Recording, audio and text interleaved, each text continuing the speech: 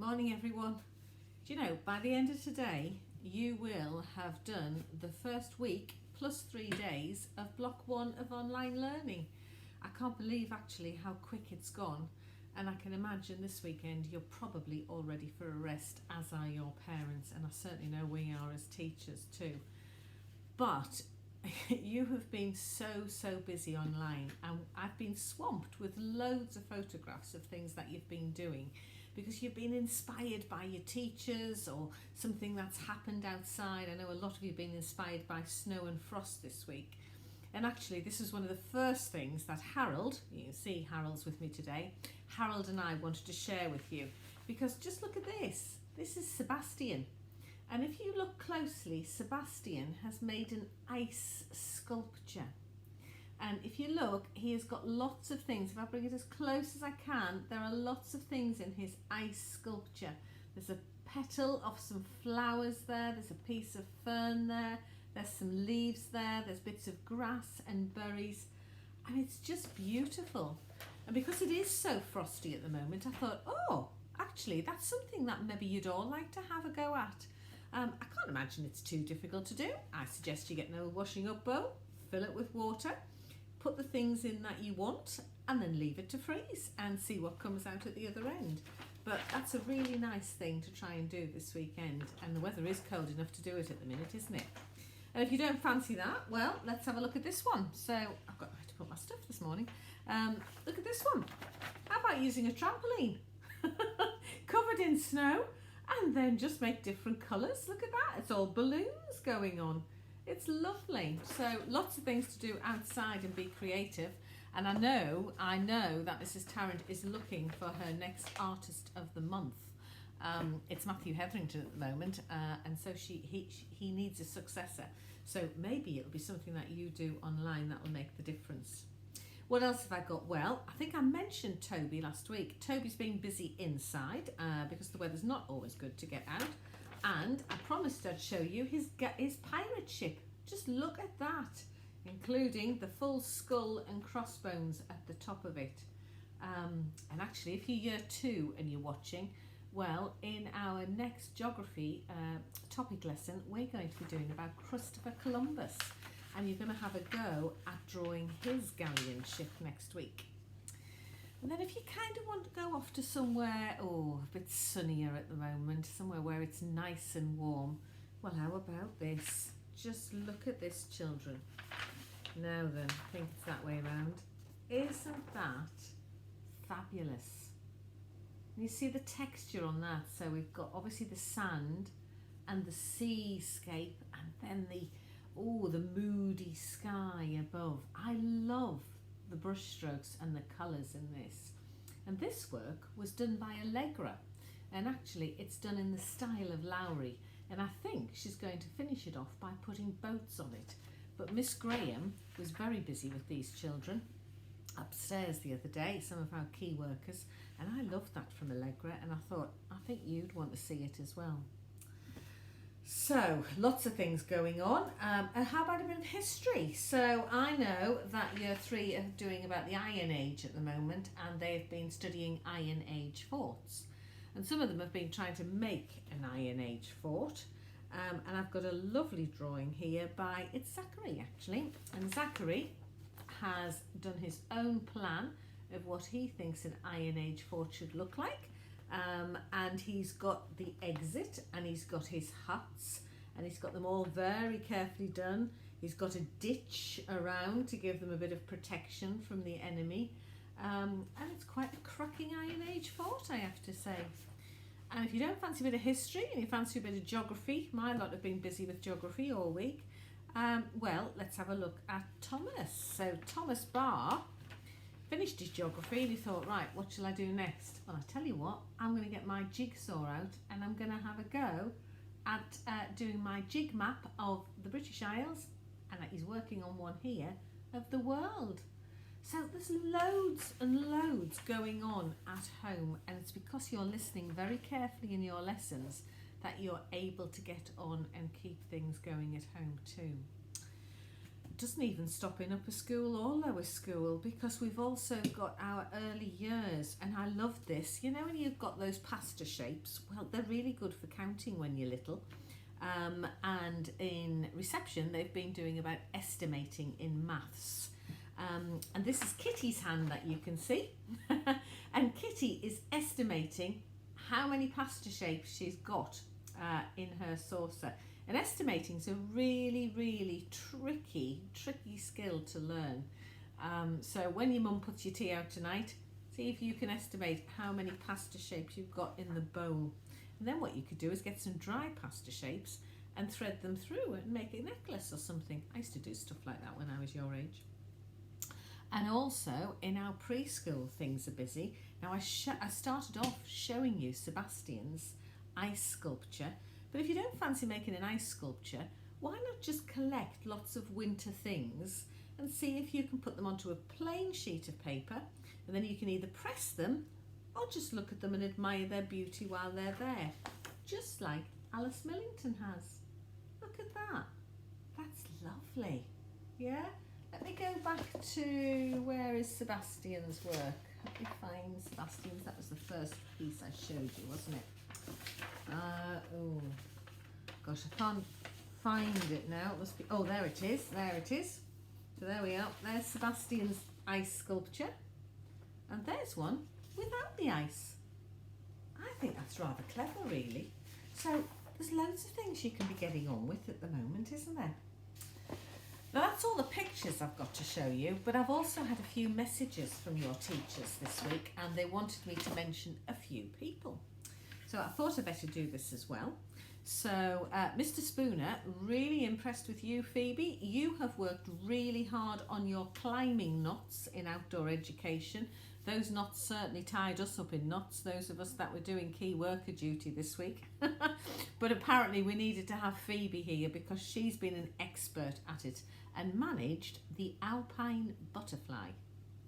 Meanwhile, Thomas Raven did so well on Wednesday, and he gave excellent answers on the different rock types in his science lesson. So well done you lot. Mr. Spooner sends you a round of applause for that. Okay, and also let me have a look.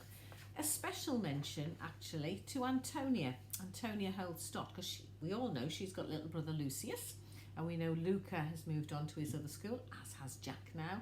And Lucius is a bit little and he needs a bit of extra help, and Antonia has been so good at helping Lucius come onto teams at the end of the day and take part in story time. And Mrs. Griffith said, I am so impressed with your mature attitude, Antonia, and definitely had you been in school you would be getting a gold award. So maybe I'll store that up and give you a gold award when we're all in school and get to see each other again. So Thomas, Phoebe and Antonia, very, very well done. And then, well, I suppose I should mention this, because Madam Roberts, who will be teaching a lot of you today, I always call Friday French Friday, because it's the day Madam Roberts comes in to teach you, except she's going to be doing it on Teams, isn't she? So Madam Roberts also emailed me today, and she emailed me a quote, and she said, Mrs. Vinsome, isn't this very, very pertinent? In other words, it's really kind of the right thing in the time that we're having at the moment, and it's about education. There's a very famous gentleman called Nelson Mandela, and those in upper school, some of you will know him because I've talked about him in RE, and he was a man who really stood up for people's rights, and he wanted everybody to have the same opportunities in his native country, South Africa. And he knew that education was the way out. Education, I've told you before, children, it certainly was for me, it certainly was for my children, it certainly was for your parents. Education is the key that unlocks many doors in the future. And he said a famous quote. He said, education is the most powerful weapon which you can use to change the world. Now I want you to think about that, and Harold's thinking about that, aren't you, Harold? Education is the most powerful weapon which you can use to change the world. That's you. You can change the world, children. If you listen and learn the way you are doing, gosh, the world is your oyster. You have it in your grasp to be able to change and make a difference. Doesn't matter if it's a really small difference or a big difference, you can make a difference. And she was so impressed with this because she was impressed with 2 children, particularly actually in year 5 with this, because year 4 and 5 are doing a pen pal project. And Madame Roberts knows a school in France and the children are writing letters to each other. Now, I'd struggle to write a letter in French to my French pen pal. I'd need a lot of help. And so Madame Roberts said, well, okay, if you like, I'll give you a basic format for you to copy and then you can add your own personal touches. And Zara and Rafferty wrote back to her to say that actually, no, they don't need that template. They're going to have a go at writing on their own. And she said, that's what education does for you. So very well done, Rafferty and Zara. And that's from Madame Roberts. Fantastic. So, famous quote from them. I know a lot of you also, actually, just to finish, and it does help your mind at the moment, because sometimes you don't want to be doing all academic work. You've got a fantastic grid that Mr. Hetherington has done for you, and I've been really quite interested to see you all getting along with that. And I know, for example, the key worker children, well, they were bouncing socks on their back and doing press-ups, and then they had to get the sock from behind them. They were called sock-ups, I think Pierce was telling me. And you were doing the plank, and you've been doing all sorts of things with Mr. Hetherington. So keep fit going. It is important. Because, like I say, education can change the world, and that includes physical education. Right. I'm going to stop very shortly because I'm going to run over time. It's Reverend Sargent on Monday, and he's talking about finding a bit of light in all this darkness. It's still really dark outside, isn't it? And sometimes people are feeling a little bit gloomy and a little bit dark at the moment. And so he's going to do assembly on Monday, and it's all about finding the light. And as well as finding the light, if you need something to take your mind off things, can you remember? Gave you a challenge last week, didn't we, Harold? And it was to start and knit another scarf for Harold. Guess what? I've started it, children.